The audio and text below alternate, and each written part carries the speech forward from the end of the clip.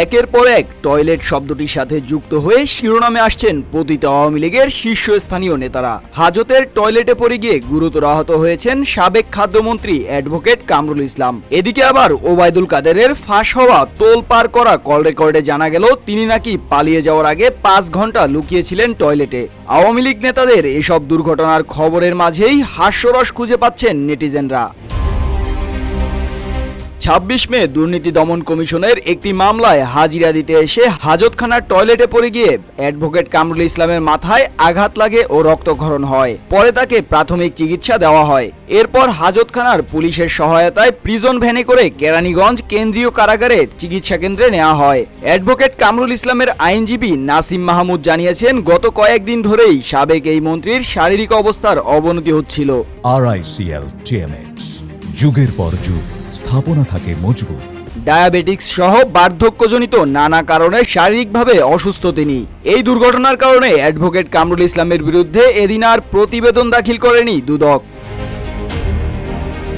চরম দুঃসময়েও যেসব নেতা দলীয় কর্মীদের পাশে ছিলেন না, তাদের মধ্যে অন্যতম আওয়ামী লীগ সাধারণ সম্পাদক ও সাবেক সেতুমন্ত্রী ওবায়দুল কাদের। গণ অভ্যুত্থানের দীর্ঘ সময় কেটে গেলেও তিনি টু শব্দটি পর্যন্ত করেননি, ছিলেন আড়ালে।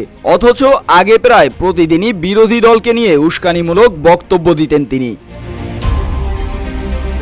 সম্প্রতি ওবায়দুল কাদের মিডিয়ার সঙ্গে কথা বলেছেন।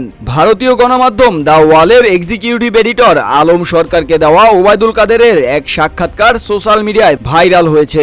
সেখানে তিনি জানিয়েছেন, জনতার ক্ষোভ থেকে বাঁচতে তিনি স্ত্রী সহ এক বাথরুমে ৫ ঘন্টা লুকিয়েছিলেন। ৫ আগস্টের পর কতদিন দেশে ছিলেন এবং পরে কিভাবে পালিয়েছেন সেটিও বেরিয়ে এসেছে ওই সাক্ষাৎকারে। ওবায়দুল কাদেরের ভাষায়, সেদিন ৭-৮ জন যুবক ভেতরে ঢোকে এবং তারা অত্যন্ত আক্রমণাত্মক ভঙ্গিতে আচরণ করতে থাকে। হঠাৎ তারা তার দিকে তাকিয়ে বলে, নেতৃত্ব চলে গেলেন, আপনি যাননি কেন? ওবায়দুল কাদের বলেন, আমি তখন কিছু বলতে যাচ্ছিলাম, কিন্তু এর মাঝেই তারা আচরণ পাল্টে ফেলে। কেউ একজন বলে, আপনার ছবি তুলবো। এরপর শুরু হয় ছবি তোলা, কেউ কেউ সেলফিও নেয়। ধারণা করি এদের মধ্যে অনেকেই আমাকে চিনত। সাম্প্রতিককালে এতদিন দেশের রাজনৈতিক পাড়া সগরম হয়েছিল একের পর এক নানা আন্দোলনে। ডক্টর ইউনূসের পদত্যাগের গুঞ্জন এবং রাজনৈতিক দলগুলোর সাথে দফায় দফায় বৈঠকে সেসব ইস্যু এখন অনেকটাই ক্ষীণ। এরই মাঝে রাজনৈতিক মহলে মুখরোচক ইস্যু হয়ে হাজির ওবায়দুল কাদেরের ফোনালাপ এবং অ্যাডভোকেট কামরুল ইসলামের বাথরুমে পড়ে গিয়ে আহত হওয়ার খবরগুলো।